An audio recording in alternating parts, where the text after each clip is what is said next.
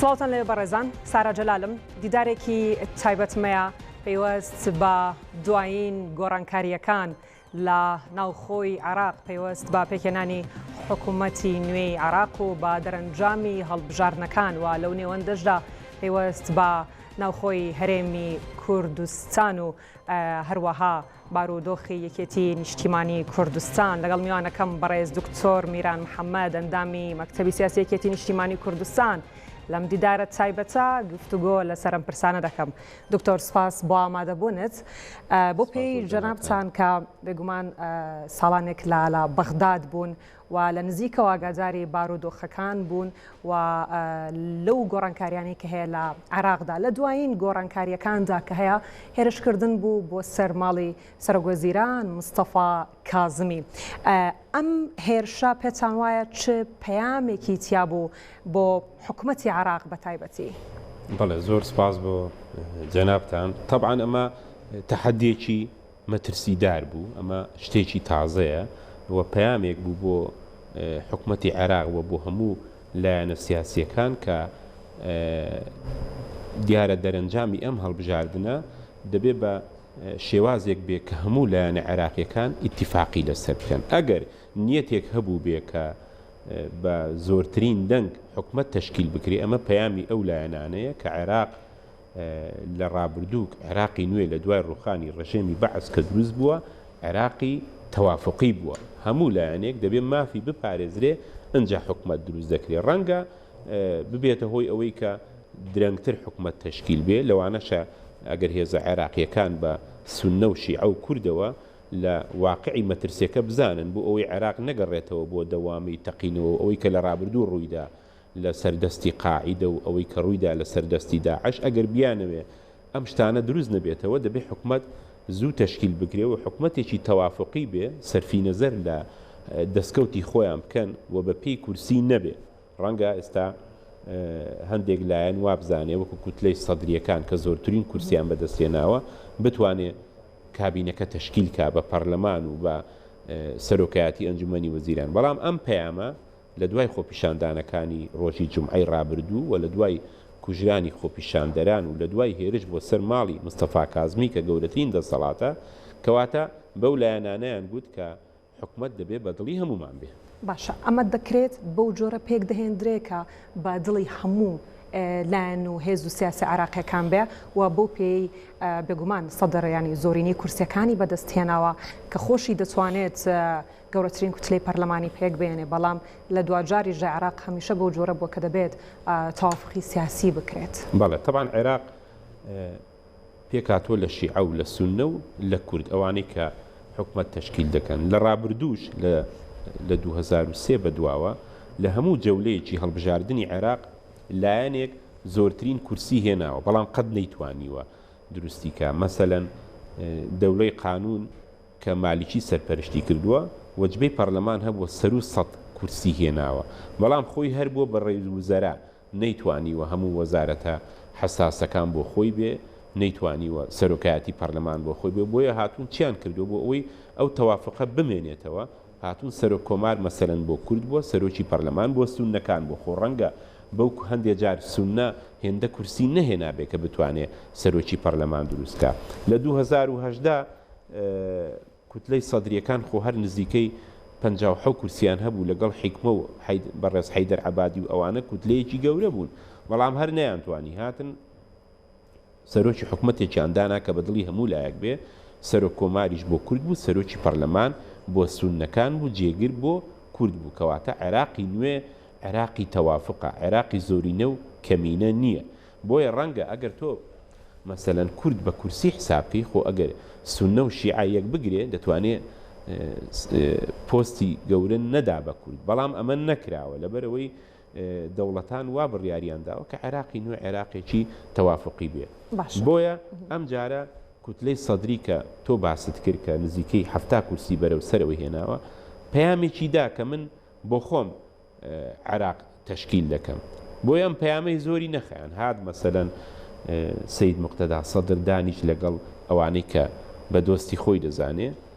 لەوەی کە لە ڕابردوو لە 2010 هەمان تەوافقیان هەبوو یەکسەر خۆپیشاندان دەستی پێکرد هێزە عێراقیەکانی تر کە ڕاستە دەنجیان زۆر نەهێناوە بەڵام کە هێزی عسکەریان هەیە نەهاتن بە هێزی عسکەری بێنە سەرجادە هاتن خەڵکیان هێنایە سەرجادە پێیان گوت ڕاستە تۆ دەنگت هێناوە بەس ئێمەش خەڵکمان هەیە کە خۆپیشاندانی پێ بکەین دوای ئەوە خەڵک خۆپیشاندەر شەهید بوو قورستری کرد ئەنجا وردە ستۆپێکی پێ دەکەن بە کوتلەی گەورە کە کوتلەی گەورە دەوری نییە بتوانێت هەموو عێراق بەڕێوەبرێ بەڵکو دەبێ بە ڕەزامەندی هەمومان بێ باشە کاتە لەم نێوەندەدا کورد دەبێت چ ڕۆڵێک ببینێت لە سیاسەتی ئێستای عێراق و بە تایبەتیش لە سەروبەندی ئەم بارودۆخەی کە هەیە و لە پێکهێنانی حکوومەتی نوێی عێراق و لە هێوربوونەوەی ئەم بارودۆخ و ئاڵۆزیانشکە بەڵێ طبعاً کورد بۆی دانراوە ئیستیحقاقی خۆی وەردەگرێ لەبەرەوەی عێراق وڵاتێکی تەوافقیە چۆن سونە ئیستیحقاقی خۆی وەردەگرێ لێرەدا کورد دەبێت لەگەڵ هەموو لایەنە عێراقیەکان بە هەمان نەفەس دووری و نزیکی هەبێت چکە تا ئێستا کەس بەرچاوڕوون نییە لە عێراقدا دەوری ئیقلیمیش هەیە کە مەسەلەن بە نمونە بیهێنیتەوە ئێرانە کە هەندێک لە هێزە سیاسیەکان بە نزیک دادەدرێن لە ئێران و دەوری نێودەوڵەتیش هەیە و دەوری وڵاتە عەرەبیەکانیش هەیە بۆیە مادام کورد حسەی خۆی لە نەتیجە بەردەستی دەکەوێت دەبێت لەگەڵ هەموو لایەنەکان بە هەمان نەفەس دووری و نزیکی هەبێت کە تا ئێستا بەرچاوڕوون نییە چێ بە تەواوەتی حکومەت تەشکیل دەکات لە عێراق چوە کورد لە ئەخیرەکەی تۆ لە حکومەتی عێراقی چیت دەوێت هەتا عێراق ئارام بێ لە ڕووی ئەمنیەوە بۆ کوردستانیش باشترە کورد پێویستی بە پرۆژە یاسای بودجە هەیە کە بەدڵی بێ کورد پێویستی بە مافی پێشمەرگە هەیە کە پارێزراو بێ لە قانونەکان بە مافی جوتیاران هەیە لەو پرۆژە یاسایانی کە لە پەرلەمان دەردەچێت و پێویستیت بە عەتفی لایەنە سیاسیەکانە پرۆژە یاسایەک دەردەچێت لە عێراق لە بەرژەوەندی حەشتی شەعبی و وەزارەتی ناوخۆ ئەگەر پەرلەمانتارەکانن لەگەڵ بن باشتر هاوکارت دەبن بۆ ئەوەی کە پێشمەرگەش سوودمەند بێت پرۆژە یاسایەک دەردەچێت بۆ کەرتی تەندروستی ئەگەر تۆ لایەنە سیاسیەکان زۆر دژایەتی نەکردبن پێکهێنانی حکومەت لەناو پەرلەمان هاوکارت دەبن بۆ ئەوەی لەو پرۆژە یاسایی کە بۆ تەندروستی دەرچووە بە هەمان شێوە بێ لە چکە لە ئەوەڵ و ئەخیر ئەگەر کورد سەرۆک کۆمار مەسەلەن کورد بیبا یا گریمان ئەم جارە شیعە بڵێ سەرۆک کۆمارم دەوێت خۆ کورد دەبێت بۆ حسابە بێ سەرۆک وەزیران وەرگێ هەرچەندە کە شیعەکان مەبەستیانە بۆیە تۆ کە پێکاتەکان مافەکانیان پارێزراو بێ لە عێراق ئەوە نزیکەی 7 ساڵە بەم شکڵە ڕۆیشتووە کورد هەتا لەگەڵ هەموو لایەنەکان بێ باشترە نەک خۆی ساخکاتەوە یەکسەر بڵێ من لەگەڵ ئەو کوتلەیە ئیتیفاقم کردووە دکتۆر بە تایبەت یەکێتی نیشتیمانی کوردستان دەبێت چۆن مامەڵە بکە یەکێتی نیشتیمانی کوردستان طبعا هەر پۆستێک بدرێ بە کورد دەبێت بدرێ بە کەسێک کە لایەنە عێراقیەکان لە سەری ڕازی بن لە سەرۆک کۆمار بێ هەر شتێکی تر بێ سەرۆک ئەنجومەنی وەزیران بێت طبعا یەکێتی نیشتیمانی لە ناو ساحەی عێراقی دیارە چۆنە حیزبێکی کاریگەرە و یەکێکە لەو حیزبانەی کە ئەو حیزبانی کە کاریگەریان هەبوو لە ڕابردوو ئەو حیزبانە دەمێننەوە بۆ تەعاملیش لەگەڵ لایەنە عێراقیەکان سنوورێکی جوغرافی هەیە و پەیوەندیەکی هەیە لەگەڵ وڵاتە ئیقلیمیەکان کە ڕێزی یەکێتی دەگرن و لە عێراقیش ئەو پێگەی کە لە ڕابردوو جەنابی مام جەلال هەیە بۆ تا ئێستا یەکێتی بەو حیزبە ناسراوە کە حیزبی جەنابی مام جەلالە وا تەعامل لەگەڵ دەکەن من وەختی خۆی کە پەرلەمانتار بووم سەردانی بەڕێز مالیکیمان کردووە ئێمەی وا سیر کردووە کە ئێوە کوتلەکەی جەنابی مام جەلالن جا ئەمە باش بووبین یا خراپ بووبین تازە ئەوە لەسەرمانە کە ئەمە جێگەیەکی باشە بۆ ئێمە لە بەغدا بۆیە چۆن لە ساڵی 2010 یەکێتی لە دوای ڕێفراندۆم و لە دوای ئەو ناکۆچیانی کە لە بینی حکومەتی هەرێم و عێراق بوو یەکێتی توانی تا حدێک ئەوە ڕێک بکاتەوە مەسەلەن لە میزانیە یەکێتی توانی لەگەڵ لایەنە کوردیەکانی کە هەندێک لە میزانیە بێ بۆ عێراق و وەفدی یەکێتی باڵادەست بوو لە سەردانەکانی و لە دەرمان ئێمە توانیمان لە 170 زیاتر بێنین لە دوای 2010 کە خولی نوێی پەرلەمان دەستی بکرد ئێستاش یەکێتی بە بۆچوونی من دەتوانێت دەوری خۆی ببینێ بەڵام بە شەرتێک کە لەگەڵ هەموو لایەنە عێراقیەکان بە هەمان دوور و نزیکی نەکچێ لایەنێکی عێراقی بگرێ و لایەنەکانی تر دوایی تێمان بگەن کە ئێمە تەحالوفی سەرەکی بوون وە لە ناو هەرێمیش یعنی یەکێتی پێویستی بەوەیە کە بگەڕێتەوە بۆ ئەو سیاسەتەی کە جەنابی مام جەلال هەیە بۆ لەگەڵ لایەنە سیاسی کوردیەکان دانووسان کە ئەنجاب بچێ بۆ بەغدا بۆ ئەمە من دەمەوێت پێت بڵم ئێمە لە دوو کۆبوونەوەی ڕابردووی مەکتەبی سیاسی وا بڕیاردرا کە یەکێتی لەگەڵ هەموو لایەنە سیاسیەکان دابنیشێ ئەنجاب بچێ بۆ بەغدا ڕەنگە هەندێک لایەن هەبێ ئێستا لە بەغدا بێ بۆ دانووسان بەڵام ئێمە وامان پێ باش بوو کە بە نمونە بینیت کە دوێنێ سەردانی بزوتنەوەی گۆڕان کرا ئەمڕۆ پێم وایە کارگێڕ و مەکتەبی سیاسی چوونەتە لای یەکگرتووی ئیسلامی و سەردانی کۆمەڵیش دەکرێت و مەسەلەن خۆ دەکرێت سەردانی پارتی دیموکراتیش بکرێت چکە تۆ کە پۆستەکە هەبێ بۆ کورد وا خۆشترە بە یەک ڕیزی بچی چکە لە ئەخیرەوە کە لە بەغدا پەرلەمانتارەکان کورد وەکو یەک دەبینن بەڕاستی بۆیە ئەگەر تۆ یەک ڕیز بی لێرە و بە ئیتیفاق بچی و هەموو لایەک پۆستەکان تەوزیع کرێ شەر نییە ئێمە لە 2010 بڕیارماندا کە هەندێک ئەحزابی کوردی خۆمان هەیە کورسیان کەم بوو بەستمان لەمە دووە ئەگەر پۆستێک درا مەسەرەن سەفیرێک یان نوێنەری حکوومەتێک درا بە یەکێتی ئێمە بیدەین بە لایەنەکانی تر بۆیە ئێستا یەکێتی وەختی ئەوەیەتی کە دەورێک ببینێ بۆ یەک ڕیزی هێزە کوردیەکان ئەنجاب بچێتە بەغدا و ئێمە تا ئێستاش کە وەفد نەچوەتە بەغدا لەبەر احترامن بۆ حیزبەکانی تری هەرێمی کوردستان نەچوین کوتمان هەتا لەگەڵ ئەوان ڕێک نەکەوین یەک ڕیزیەک دروست نەکەین بە تەنیا ناچین باشار ئەو یەک ڕێزی ئێستا بەکوێ گەیشتووە و پلانی دوای ئەوەتان چی دەبێت ئەو یەک ڕیزێ وردە وردەیەکێتی دەستی پێ کردووە لە جیاتی ئەوەی بچێ بۆ بەغدا لە داوای پۆست بۆ خۆی بکە ئێستا ئەوە تا سەردانی حیزبەکانی تر دەکەین بۆ ئەوەی هەمومان بە یەکەوە بە یەک دەنگ لە بەغدا داوای ئیستیحقاقەکانی کورد بکەین چکە ئەوەی کە بۆ جەنابتم باس کرد ئیستیحقاقی کورد ئەوەیە کە تۆ موچە بێ و ناوچە کێشە لە سەرەکان لەو پرۆژە یاسایانی کە دەردەچن کورد مافی هەبێ لە پێشمەرگە لە جوتیاران لە تەندروستی لە ئەوەڵ و ئەخیر هەر کەسێک دەبێتە پەرلەمانتار لە هەرێمی کوردستان دەچێتە بەغدا بەڕاستی مشتەرەکە یعنی بەرژەوەندیەکانی هەرێمی کوردستان دیارە کەسیش هەڵ ناگەڕێتەوە بۆیە زۆر جار پەرلەمانتارەکان منافەسەیانە لەسەر ئەوەی چێ زۆرترین ئیش بۆ هەرێمی کوردستان بکە باشە دکتۆر میران هەر سەبارەت بە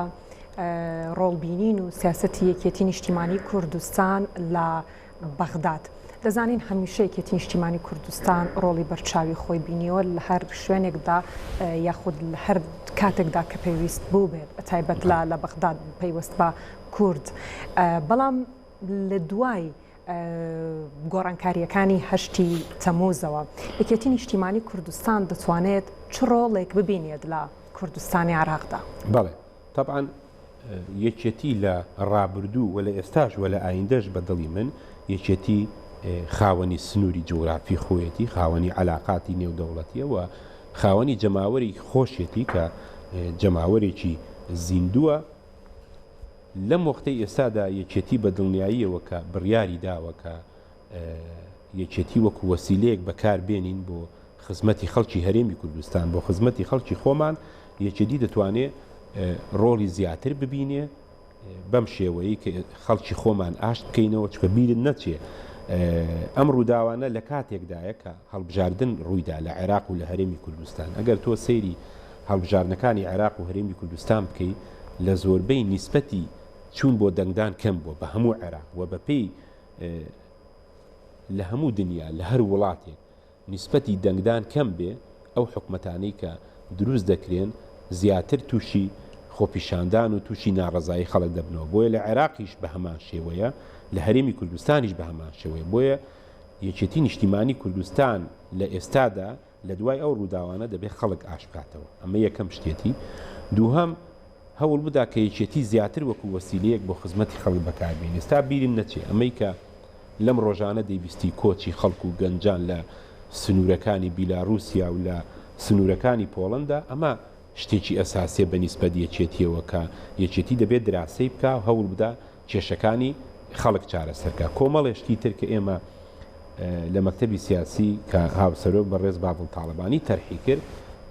شتێک هەیە کە خەڵک لی ناڕازیە 30 ساڵە یەکنەگرتنەوەی هێزی پێشمەرگە کە هێزی پێشمەرگە نیشتیمانی نیە. ئەمە یەکەم. دوو، هێزە ئەمنیەکان کە خەڵک ناڕازیێلی کە دەڵێ بێلایەن نین لە ڕووداوەکان. بۆیە ئەو مەوزوعی تەرح کرد کە پشتیوانی بین. ئێمە ژۆکو مەکتەبی سیاسی پشتیوانی دەبین لەسەر ئەو دوو خاڵە کە لۆبیەکی بۆ بکەین کە هێزی پێشمەرگە بە نیشتیمانی بکرێ و هێزە ئەمنیەکان بێلایەن بن لە ڕووداوەکان. ئەو داواکاری کە نزیکەی 30 ساڵە کە خەڵک هەیەە و خزمەتگوزاری دەبێت زیاتر هەوڵ دەدەین کە چۆن لە ڕابردوو جەنابی مامجەلال ئەگەر لە دروستکردنی حکوومەتەوە لە هەموو قەزا و ناحەیەک مەسەلەن لە گوندەکان مەکتەب و بنکەی تەندروستی دروستکراوە دەبێت درێژە پێدەری ئەو خزمەتگوزاریانە بین لە ئێستادا. بەڵێ دکتۆر باس لە یەکخستنی هێزە ئەمنیەکان کرد و شارەنووسی ڕۆها بێلایەن بوونی هێزە ئەمنیەکان وەک باست کرد هەنگاو هەیە بەڵام کەی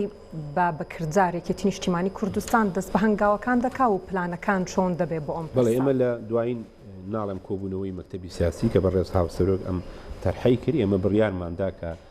پشتیوانی بین و لۆبی بۆ بکەین لەگەڵ لایەنەکانی تریش کە دانیشتن کرا لەگەڵ ئەحزابەکانی تر ئەم پرۆژەیە باز بکرێ و کە هەمومانیشی لەسەر بکەین. بەڵێ پشتیوان دەبین. باشە باست لە هەندێک بابەتی دیکە کرد بنمونە خزمەتگوزاری و ئەو بابەتانی کە پێوەستە بە هاوڵاتیانی هەرێمی کوردستان کە لە ڕابردووژێکی نیشتیمانی کوردستان کاری لەسەرەوە کردووە بەڵام بێگومان ئێستا زیاتر گوێبیستی ئەم بابەتە دەبین دکتۆر سەبارەت بە خزمەتکردنی هاوڵاتیان بەبێ جیاوازیکێکی نیشتیمانی کوردستان دەیەوێت هاوکاریان بێ خزمەتیان بە دابینکردنی بژێوی ژیان و تاوی پێداویستیانەی کە هەیەە بە باشترین شێوە بۆ ئەمە هەنگاوەکان بەکوێ دەگا و چۆن جددیتر کار لەسەر ئەم بابەتە دەکەن. بەڵێ طبعاً دەبێ ئەوەی کە بڕیار دراوەکە یەکێتی بەردەوام وەکو وەسیلەیەک وابێ بۆ خزمەتکردنی خەڵکی هەرێمی کوردستان یەکێتی چی لە حکومەت بێ و چ وەکو حیزبیش و چاکسازیەکان بەردەوامتر بن لەو شوێنانەی کە یەکێتی نیشتیمانی کوردستان دەسەڵاتی هەیە بەسەریدا هەرچەند من ئامارەکانم لەبەر دەستنیە ئێستا کە چۆن بۆ و چۆن دەبێت لە داهاتوودا بۆ گرنگترینشی دەوەیە کە دەعمی قیتاعی حکومی بکەین. ئەو مەشروعانەی کە جەنابی مامجەلال لە ڕابردووهی بۆ کە بە نمونە ئەگەر تۆ سێکتەری تەندروستی باسکەی پەیامی یەکێتی لە دروستبوونیەوە ئەوە بووە کە مەسەلەن کە دەسەڵاتی هەیە بۆ کەرتی حکوومەت لە کەرتی تایبەت زیاتر بێت لەو شوێنانی کە خزمەتگوزاری تەندروستی تێدایە بەخۆڕایی. ئەمە سیاسەتی جەنابی مامجەلال بووە بنکەی تەندروستی گەیاندۆتە لادیەکان بۆی خەڵک تووشی ئەوە نەبێت کە بێتە ناو شارەکان مەکتەبەکان لە لادیەکان کراوەتەوە بنکەی تەندروستیەکان کراوەتەوە کەواتە ئێمە دەبێت لەسەر ئەو سیاسەتە بڕۆین بۆ ئەوەی خەڵک یەکەم ئاش بکەینەوە دووهەم خزمەتگوزاریەکان بۆ خەڵک ئاسانتر بێ. باشە باست لە سەرۆک مامجەلال کرد دکتۆر ئێوە ینی تا چەند هاوکارن و پاڵپشتن لە گەڕانەوەی یەکێتی بۆ سەردەم و وەروەها بۆ ڕێبازی سەرۆک مامجەلال. بەڵێ طبعاً ئێمە لە ڕابردوو بە تایبەتی لە ئێستاشدا هەر دەبێ یەکێتی بەکاربێنین بە وەسیلەیەک بۆ خزمەتی خەڵک بەرژەوەندی خەڵک پێش بەرژەوەندی یەکێتی بخەین لەبەرەوەی بیرن نەچێ ئێمە تازە حیزبی هەڵبژاردنین پێگەی یەکێتی ڕاستە یەکێتی سنووری جوغرافی هەیە ڕاستە یەکێتی لە حکوومەتە ڕاستە یەکێتی نزیکەی 30,000 شەهیدی هەیە بەڵام یەکێتی ئێستا حیزبێکی هەڵبژاردنە و قیاسی تۆ بە هەڵبژاردنەکانە بۆیە دەبێ بەرژەوەندیەکانی خەڵک پێش بەرژەوەندی خۆمان بخەین و ئێمە وەکو زۆربەی هەواڵانمان بڕیارمان داوە کە بەم شێوازە کار بکەین یەکێتی بەکاربێنین وەکو وەسیلەیەک بۆ خزمەتی خەڵک خەڵکیش بە وەفا دەبێ بەرامبەرمان کە بەم شێوەین. بەڵێ زۆر باشە کاتە تا چەند ینی گرنگە گەڕانەوە بۆ سیاسەتی حەکیمانی سەرۆک مامجەلال بۆ ئەو ڕێبازە پیرۆزەی سەرۆک مامجەلال و تا چەندیش لە ئێستادا پەیڕەو دەکرێت. بەڵێ طبعاً سەرۆک مامجەلال لە بەغداد چەتری کۆکەرەوەی لایەنە عەرەبیەکانیش بووە هێزە عێراقیەکان بووە بە سوننە و شیعەوە و لە هەرێمی کوردستانیش بە هەمان شێوە لە هەموو ناو هێزە سیاسیەکانی هەرێمی کوردستان هەمان ئەم دەورەی بینی و دەورێکی ئاشتیانە بووە و زۆر جار سەرفی نەزەری کردووە لە بەرژەوەندی یەکێتیش بۆ بەرژەوەندیەکانی حیزبەکانی تری هەرێمی کوردستان بۆیە ئەوەی کە ئێمە بڕیارمانداوە کە لەسەر ڕێبازی جەنابی مامجەلال بین ئەو ڕێبازە زۆر ئاسانە هەر کەسێک بەرژەوەندی خەڵک بخاتە پێش بەرژەوەندی خۆیەوە ئەوە ڕێبازی جەنابی مام جەلال. جەنابی مام جەلال خەڵکی خۆشویستووە، عێراقیەکانی خۆشویستووە، لەگەڵ حیزبەکانی هەرێمی کوردستان هەموویانی خۆشویستووە، بەپێی ئەوە دوور و نزیک بوو. بۆیە ئەم سیاسەتی کە ئێستاش هەیە کە بڕیارمانداوە ئێمە نەچینە بەغدا جارێ، مەعاملەی پۆستەکان نەکەین لە ڕابردوو ڕەخنەیەک دەگیرا لە حیزبە کاریگەرەکانی وەکو یەکێتی دەیانگوت کە ئینتخابات تاو دەبێ یەکسەر دەچنە بەغدا بۆ ئەوەی مەعاملەی پۆست بکەن. ئەم جارە بڕیارمانداوە کە جارێ سەردانی لایەنە سیاسیەکان بکەین. ئەوە سیاسەتی جەنابی مام جەلال بووە، سیاسەتی حەکیمانە کە لەگەڵ حیزب داوای یەکریزی بکەین، یەکریزی بە فعلی نەک بە قسە. ئەوە یەکریزیە بڵێ من تا لەگەڵ تۆ ڕێک نەکەوم ناچمە بەغدا، دەبێ پێکەوە بچین و هەر پۆستێکیش درا گوێ نەدەینە کورسی بڵێن یەکێتی چەند کورسی هێناوە حیزبێکی کە ڕەنگە کەمترین کورسی هێنابێت. دەبێ شتەکان بە یەکریزی بێ و بۆ هەموو لایەک بێ. زۆر باشە. دەمەوێت باس لە خاڵێکی دیکە بکەم پەیوەست بە ناوخۆی یەکێتی نیشتیمانی کوردستان و بارودۆخی ناوخۆی یەکێتی نیشتیمانی کوردستان. بەتایبەت دکتۆر ئەو کەسانەی کە سزا دراون یاخۆ سزادانی و کەسانەی کە لە یەکێتی دەرکران، ئەمە پەیڕەوی بوو و لەگەڵەوەشدا جەنابتان تا چەند پاڵپشتی بڕیارەکان و گۆڕانکاری و چاکسازیەکانی دوای 8 تەمووز دەکەن؟ بەڵێ طبعاً ئەنجومەنی سەرکردایەتی متمانەی داوە بە هاوسەرۆک هەڤاڵ باوڵ تاڵەبانی هەرچەندە بەندە بەهۆی هەندێک بارودۆخەوە ڕەنگە تەواجودم نەبوو بێ لە کۆبوونەوەکان، بەڵام دەسەڵاتەکە دراوە متمانەی داوە بە هاوسەرۆکی یەکێتی ئەنجومەنی سەرکردایەتی، هاوسەرۆکیش بەپێی لێکۆڵینەوە و بەڵگەکان بڕیاری داوە. ئێمە تا چەند پشتیوانی کارەکان دەبین لە یەکێتی لە ئایندەدا، ڕەنگە من وەکو دوکتۆر میران وە زۆرێک لە هەڤاڵانیشم بڕیارمان داوە کە یەکێتی بەکاربێنین وەکو وەسیلەیەک بۆ خزمەتی خەڵکی خۆمان. بۆیە بە دڵنیاییەوە لە ناو یەکێتی کار دەکەین و یەکێتی ئیشەڵا بەهێز دەکەینەوە و هەوڵ دەدەین زیاتر خەڵکی خۆمان ئاش بکەینەوە لەگەڵ یەکێتی بۆ ئەوەی خەڵکیش متمانەی زیاتری پێمان بێ. بۆ بەرژەوەندی خۆشمان بە دڵنیاییەوە دەخینە پێش بەرژەوەندی خەڵک لەمە دووە. گرنگی ئەو بڕیار و گۆڕانکاریانە بۆ ناوخۆی یەکێتی نیشتیمانی کوردستان و بۆ کۆمەڵانی خەڵکی هەرێمی کوردستان چییە دکتۆریانی مەبەستم لە گۆڕانکاری و چاکسازیەکانە لە دوای 8 تەمووزەوە؟ بەڵێ طبعاً لە حیزبدا حیزب پێویستی بە هەل لە ناو حیزبەکەی خۆمان حیزب پێویستی بە ڕێخستنەوە هەیە، پێویستی بە ڕێخستنەوەی ئۆرگانەکان هەیە. ڕەنگە هەندێک بڕیار هەبوو بێ کە لە ڕابردوو لەسەر ڕێخستنەوەی ئۆرگانەکان لەسەر گۆڕانکاریەکان نەدرابێ، ئێستا ئەوە بڕیار دراوە کە گۆڕانکاریەکان دەست بکا لە ناو ئۆرگانەکانی یەکێتی، ئەوەی کە مەسەلەن خزمەتی خەڵکی کردووە پاداش بکرێ، یەکێکی کە بە نۆعێکی کە و گۆڕانکاری لە حکومەت بکرێ، بیرمان نەچێتەوە چکت تۆ حیزب بۆ چیتە؟ حیزبت بۆ ئەوەیە کە دەنگ بێنێ بەپێی ئەو دەنگانە ئیستحقاقی خۆت وەربگری لە حکومەت و بەپێی ئەوە پۆستت هەبێ لە ناو حکومەتی هەرێمی کوردستان و ئەو کادرانەی خۆت ئەو کەسانی کە دایاندنی لە ناو حکومەت دەبێ خزمەتی خەڵک بکەن. بۆیە ئەمە سەرەتایەک دەبێ بۆ گۆڕانکاریەکان لە ناو حکومەت و لە ناو حیزبیش. باشە ئەم گۆڕانکاریانە تاکوێ بەردەوام دەبێت و گۆڕانکاری لە دوجار کە گۆڕانکاری دیکە دەبێ گومان وەک باسی لێوە دەکرێت گۆڕانکاریەکانی یەکێتی نیشتیمانی کوردستان بەردەوامە هەم لە پۆستە حکومەکان هەم لە حیزبیەکان و لە ئەو بابەتانەی کە پێوەستە بە ناوخۆی یەکێتیشەوە تاکوێ ئەمانە بەردەوام دەبێت دکتۆر و لە ئەنجامدا بە تایبەت چی بەدەستێ بۆ کۆمەڵانی خەڵک؟ طبعاً گۆڕانکاریەکان کە بڕیاری لێدراوە لەسەر مستەوای حکومی و لەسەر ڕێخستنەوەی وەرگانەکانی ناو حیزب بە شێوازێک دەبێت کە لەگەڵ بارودۆخی ئێستای هەرێمی کوردستان و بارودۆخی یەکێتی نیشتیمانی کوردستاندا بگونجێ و تا ئەو جێگەی کە ئەنجومەنی سەرکردایەتی یاخود مەکتەبی سیاسی یاخود هاوسەرۆکی یەکێتی پێی باش بێ کە گۆڕانکاریەکان بکرێ گۆڕانکاریەکان دەکرێت و ئەوڵ و ئەخیریش هەر مەسەرەن هەڤاڵێک کە لە پۆستێکە لەو پۆستە نامێنێ هەڤاڵێکی تردا دەنێن دڵنیا بە شێوازێکی تر جێگەی هەردەکەنەوە بۆی خزمەت بکە کە تۆ بڕیارت دابێ حیزبەکەت بکەی بە وەسیلەیەک بۆ خزمەتی خەڵک لە هەر جێگبێ دەتوانی ئیشی خۆت بکەیت. باشە کاتە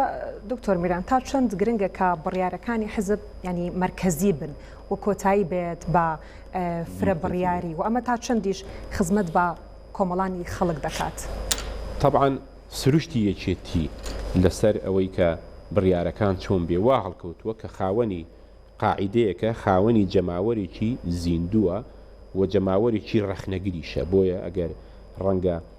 حیزبەکانی تریش کێشیان هەبوو بێ لە ڕابردوو و ڕەنگە ئێستش کێشیان هەبێ وەکو ئێمە کێشیان توش بوو بێ بەڵام هی ئێمە زیاتر باز دەکرێت بۆ لەبەرەوەی جەماوەرەکەمان زیندووە و جەماوەرەکەمان ڕەخنەگرە و بڕیارەکانیش چۆن بووە هەرەمەکە بە عەکسەوە بووە بە بۆچوونی من لە ئێستاشدا هەرەمەکە بەم شێوەیە دەبێ و لە ئایندەشدا جەماوەر و قاعیدەی یەکێتی بڕیار دەدا بڕیارەکان بەرز دەکرێتەوە بۆ ئەنجومەنی سەرکردایەتی و بۆ هاوسەرۆکی یەکێتی و لە ناو هەموو حیزبێک بۆی ئێستا جوابی پرسیارەکەت دەمەوە بە سادەیی تر لەسەر مرکزیەتی بڕیار لە ناو هەموو موئەسسەسەیەک لە ناو هەموو حیزبێک کە بڕیاردان مرکزی بێ ئاسانتر و سەریعتر بڕیارەکان جێبەجێ دەکرێت. باشە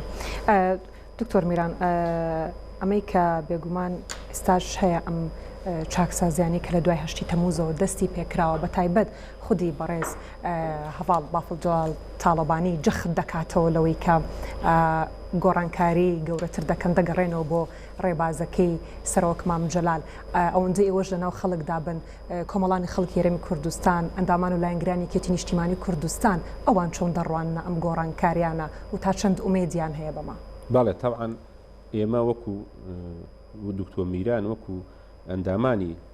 تریش لە هەڤاڵانمان پشگیری هەموو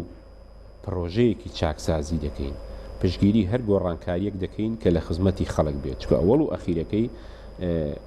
حیزب بەچی دەمێنێتەوە بە گۆڕانکاریەکان بە چاکسازیەکان بە دانانی نوێنەری باش لە ناو حکومەت و لە ناو حیزب چکە بیرن نەچێ ئێمە حیزبێکی جەماوەرین حیزبێکی تازە هەڵبژاردنین پێویستمان بەڕای خەڵەکەی بۆیە بە دڵنیاییەوە تا چاکسازیەکان هەتا گۆڕانکاریەکان بە دانانی کەسی شیاو بێ خەڵکیش متمانی زیاتری پێمان دەبێت. زۆر سپاس بەڕێز دکتۆر میران محەممەد ئەندامی مەکتەبی سیاسی کێتی نیشتیمانی کوردستان سپاس لەم دیدارە تایبەتە لەگەڵم بووی. سپاس بۆ جەنابتان. بەڕێزان سپاس بۆ ئێوەش کە بینەر بوون.